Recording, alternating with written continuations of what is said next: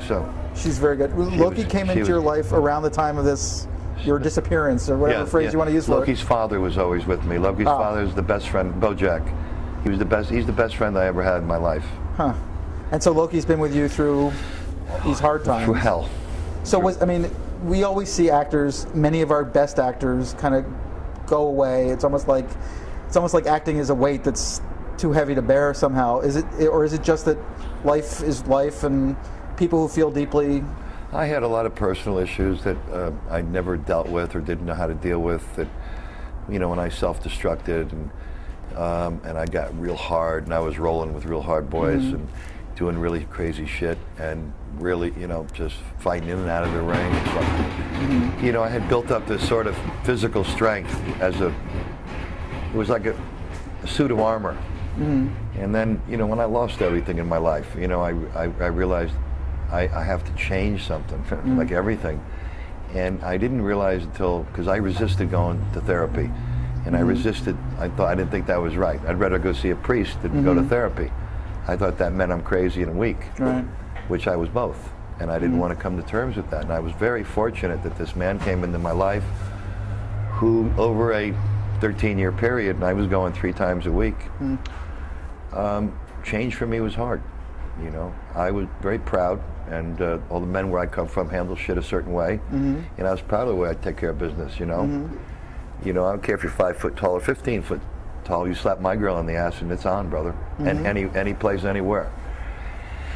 Because at the time, and I was proud of that, because I had no fear that way, and I was trained, so I always knew what the outcome most of the time would be. And it was like, but I wasn't accountable, and there were no rules, and I was not responsible. Those were things that I had in my life that were destroying me. Well, was the pain and the fearlessness part of what made you a great actor? No, because the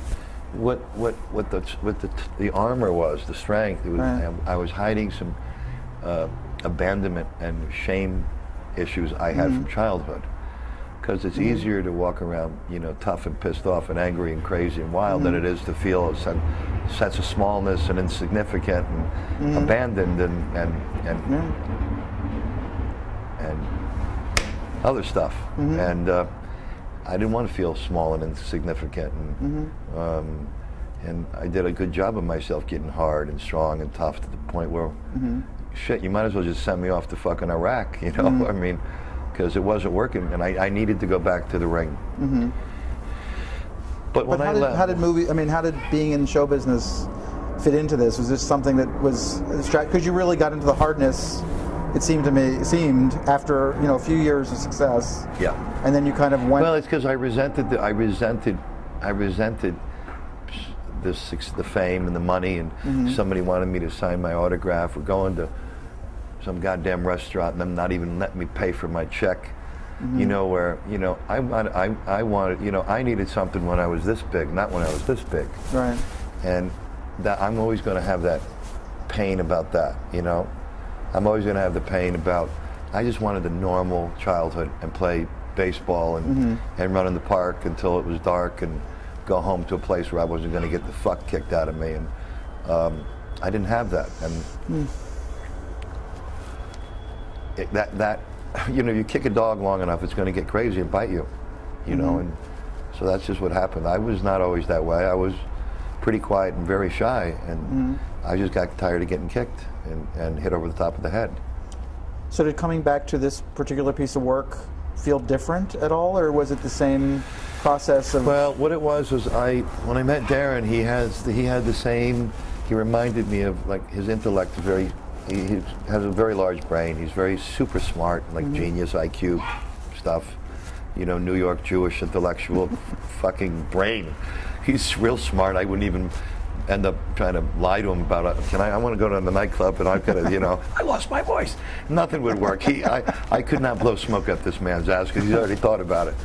He'd go, yeah, I know, you have a date with so-and-so. I'd actually be in a bar, and it would be 1 o'clock in the morning, and I'd be up at 6. And Darren would actually call, and he had 6 or 7 places, and the owners would come over and go, Darren wants you out of here, Mickey. That's your last drink.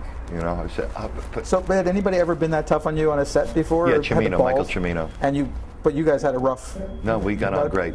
See, there was all those stories about Cimino, Coppola and I got along great, you know.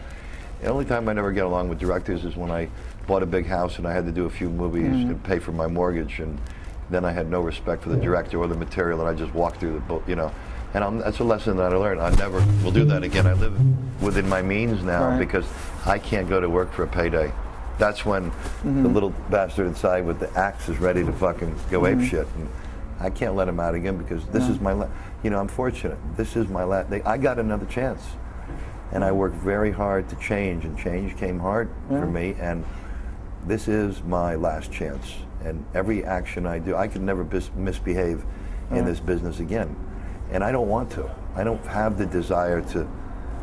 Well, it doesn't seem like you, I mean, it literally, from a distance, just hearing you talk doesn't seem like you'd want that. Well, you know that song, I fought the law and the law won? Yeah. Well, I fought the system and it kicked the living shit out of me. And if I had to do it all over again, I would do it all over again differently. I just didn't know how, and I didn't have the tools. Yeah.